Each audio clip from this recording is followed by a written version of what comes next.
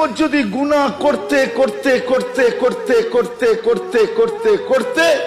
কোন পর্বে নিজে সিদ্ধান্ত নিয়ে ফেলে যে আমি বুঝি জাহান্নামী, তারপরে যদি মাথায় হাত দিয়া বসা পড়ে একটা আহ বলে, আহ কি হায় হায় আমি বুঝি শেষ,